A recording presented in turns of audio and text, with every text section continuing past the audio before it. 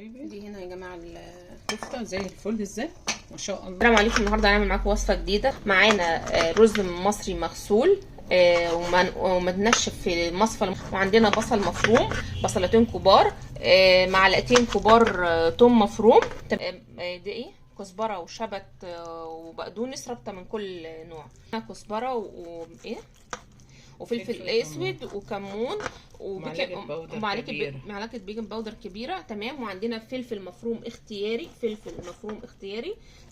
وعندنا صدرين، يعني صدرين فرخه حوالي 600 جرام. تمام. ممكن صدر واحد، ممكن تحط الكميه اللي مش ممكن تزود لو هي عايزه كيلو. لو عايزه كيلو تحط عادي، يعني احنا عايزين مقاديرنا اقصى حال كيلو على الكيلو. كيلو رز يبقى قصاده كيلو فراخ. تمام. او نص او ربع على حسب رغبتي، بس رغبتي. اقصى حاجه كيلو. يعني الكيلو عشان كيلو رز، فاحنا هنتحكم مقاديرنا من 500 جرام لكيلو فراخ. لا ممكن نص ربع كيلو بس، يعني هنقدر على حسب ما انت عايزاه. المهم اقصى ده وصفه اقتصاديه. انت بقى زي ما انت عايزه تحطي النص، عايزه تحطي ربع، عايزه تحطي كيلو، براحتكم. هنفرم وهنوريكم خطوات معانا واحنا بنقلب الحاجه. يلا استنونا. احنا حطينا هنا صدور الفراخ الاول عشان نفرمها. تمام. نفرمها في الفرامه، نفرمها الكبه اللي انت عاملها. هنا دي يا جماعه معلقه ليا واحده علشان قربي في النص. معلقه ليا واحده علشان خاطر انا مش هحط، لو مش عندي سمنه بلدي عشان احط معلقتين سمنه بلدي، عشان صدور الفراخ ما فيهوش اي دهون، ما فيهاش اي دسم. ماشي. مش عايزاها ممكن تستغنى عنها، تحطي ربع كوبايه زيت على الكيلو الرز مع الخلطه، او تحطي معلقتين زيت او حته دهنه صغيره، ممكن تستغنى عنها. وكده فرمناها. دي النص اهو. تمام.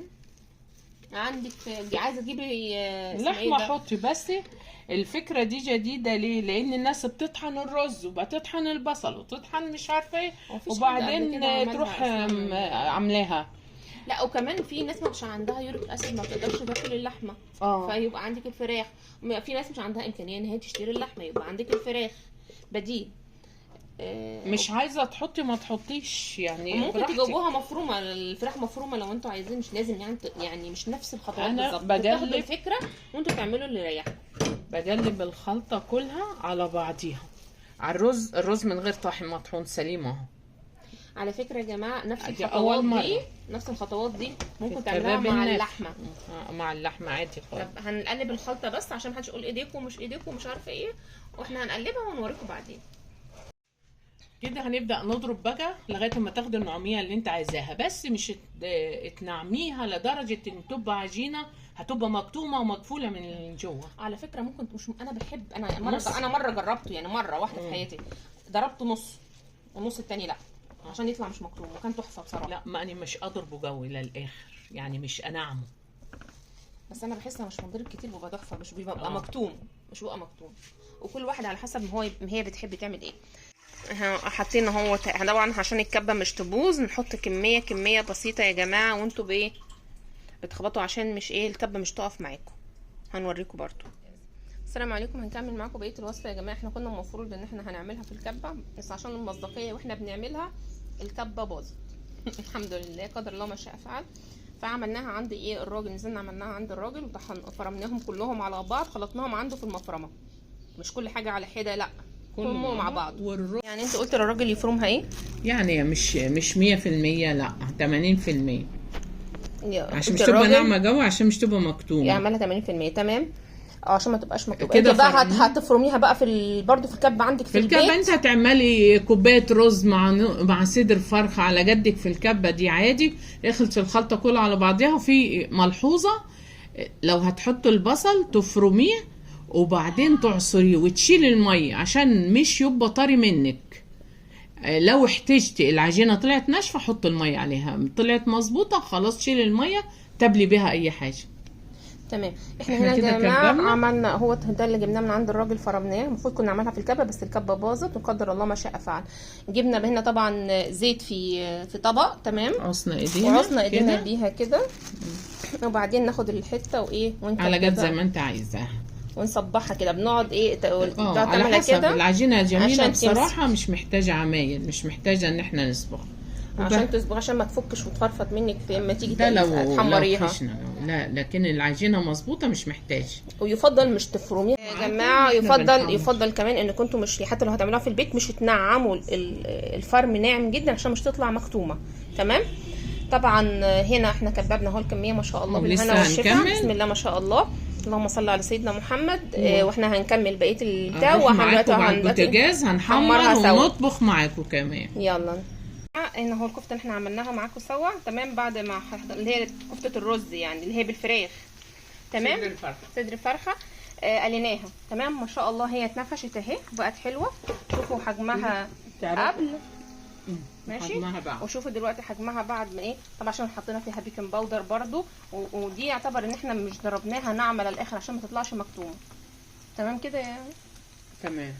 في حاجه تانية معلومه هتقوليها؟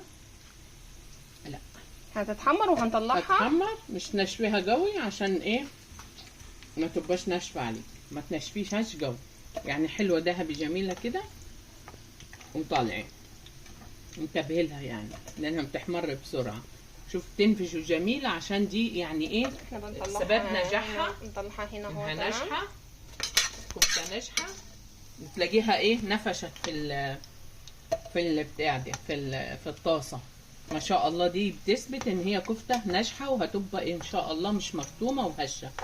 هنرص معاكم واهو. شوف الكفته اهي، شوفي قبل وبعد اهي.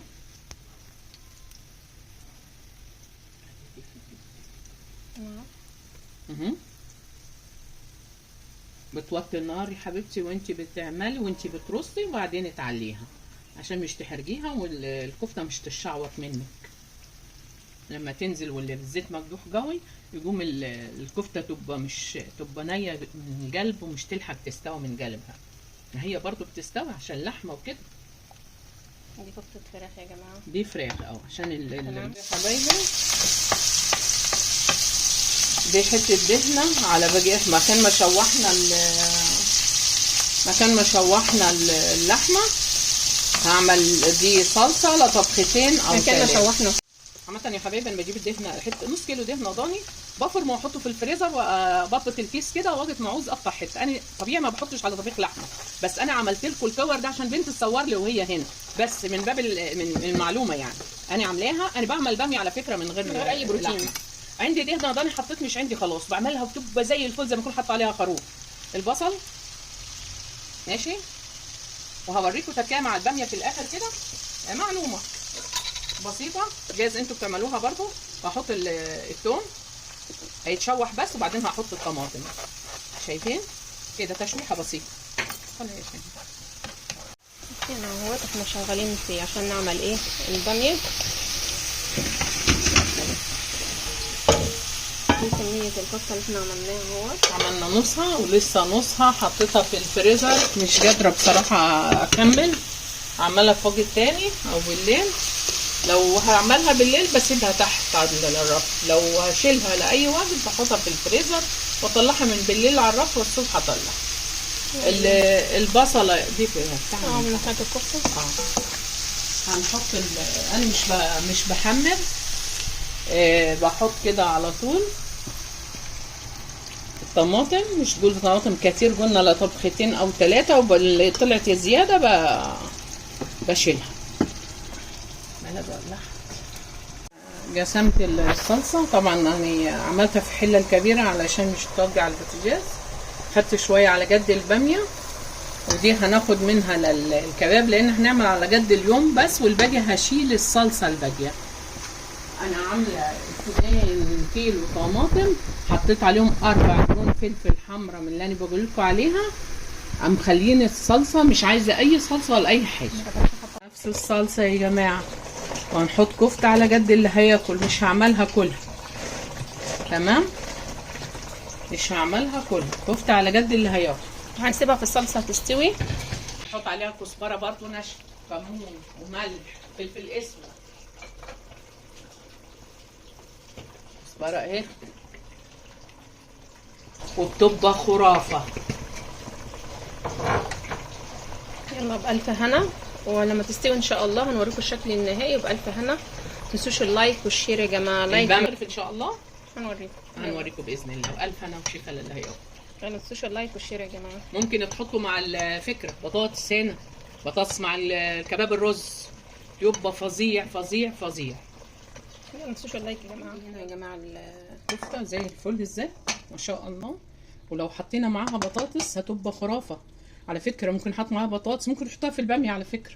ده ليها مع الباميه على طول. تحفه تحفه تحفه تحفه. كفته الرز بس بالفراخ، كفته الرز بالفراخ عندنا مش عند اي حد. كفته الرز حطينا معاها كور، حطينا معاها الكور، كله بيمشي كله والله. مش لازم تحبيك ومحبكينها ومش عارفه ايه. والصلصه طبعا طلعت من هنا كتيره فشلنا اهو طبخه ثانيه.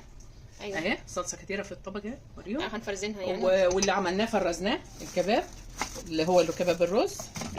يا جماعه ما تنسوش اللايك والشير، ويلا اتمنى تكون الوصفه عجبتكم. يلا سلام. ما تنسوش اللايك يا جماعه. مع السلامه. كل سنه وانتم طيبين.